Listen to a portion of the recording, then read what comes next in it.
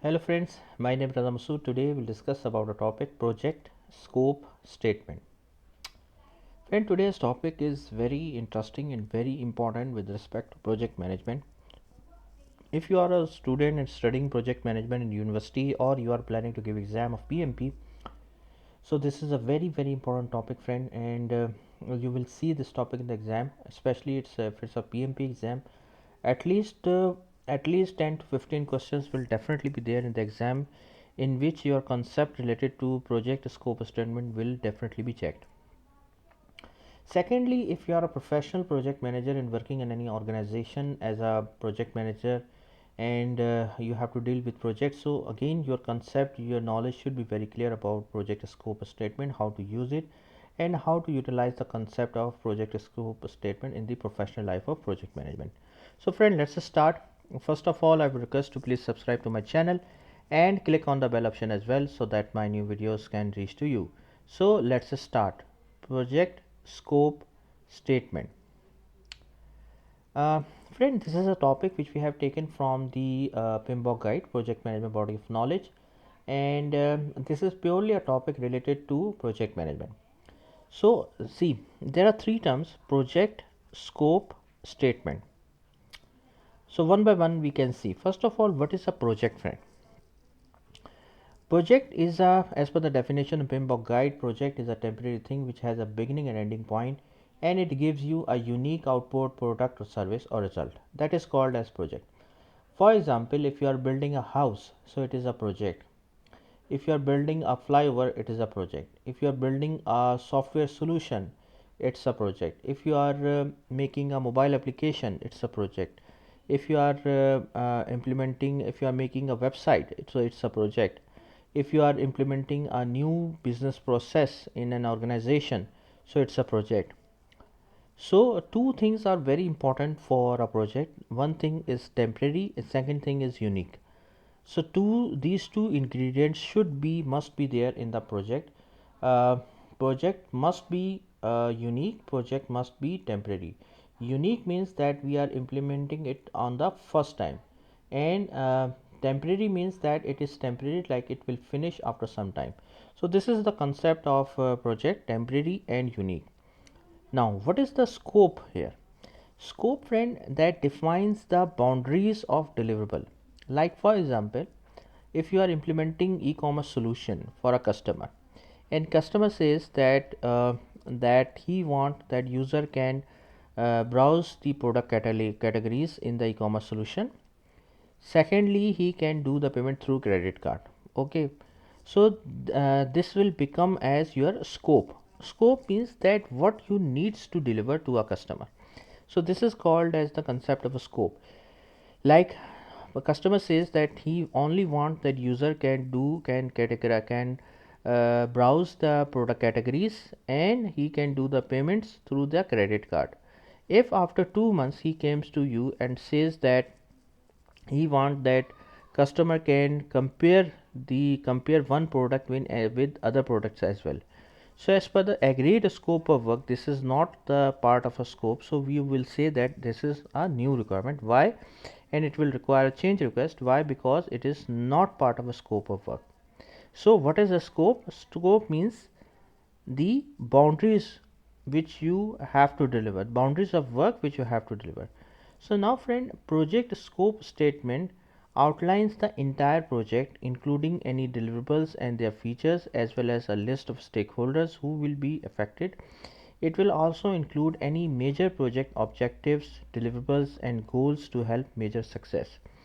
Your project scope statement will act as the primary tool for stakeholders and teammates to refer back to and use a guideline to accurately measure project success.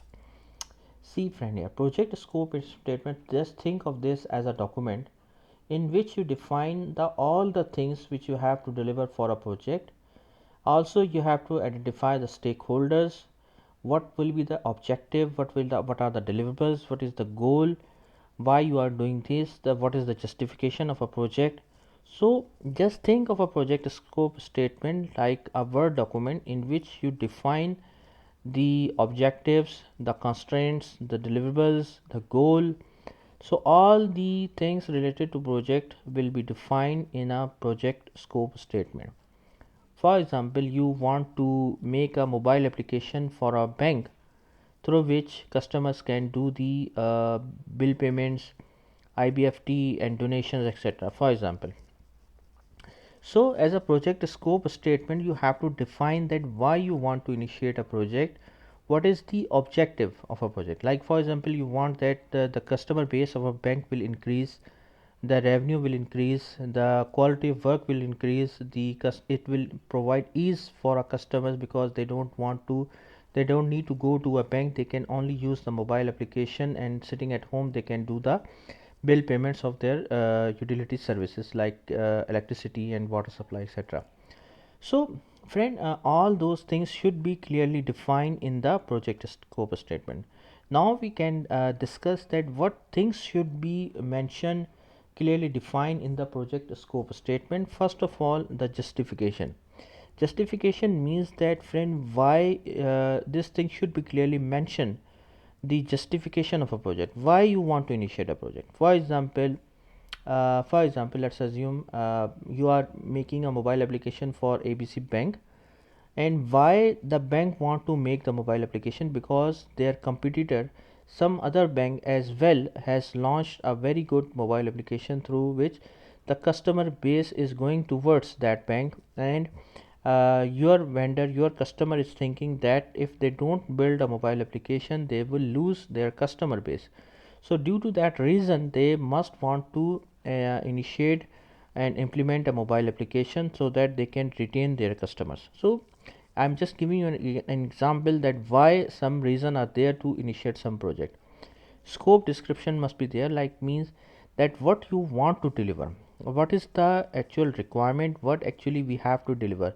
So it should have to be briefly described in the scope section, that what are the purpose, what are the things which you are going to deliver, what are the business objectives.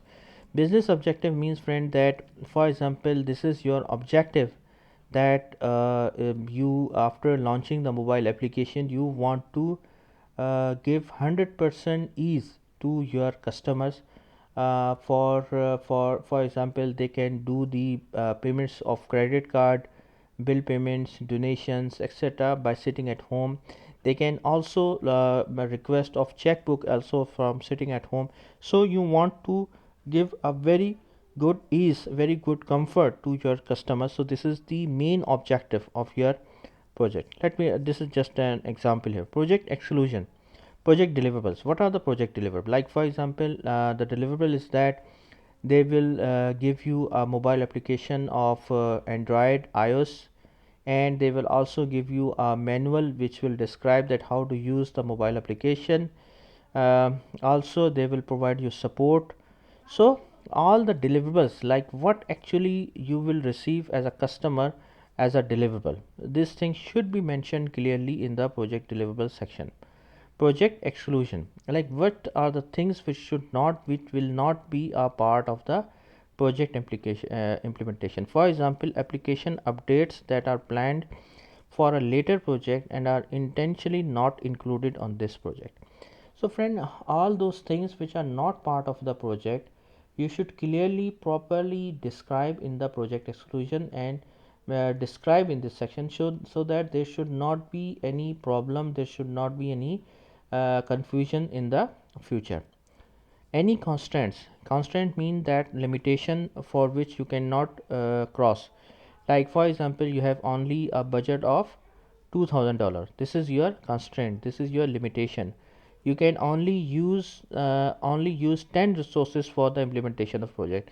This is your constraint. uh, you can implement the project in any particular location and you will not go to some other location. This is your constraint. So constraint means limitation. Limitation means that you cannot cross your borders, you cannot cross your limits. So this is the concept of constraints. Assumption means that something which may be true or which may be false.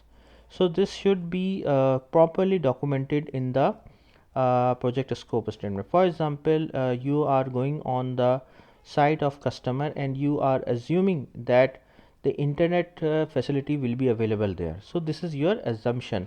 So assumption means something which may be true or may be false. Once you reach there, you realize that it's a bank, and bank cannot provide internet facility to outsiders. This is not possible for them due to some security reasons.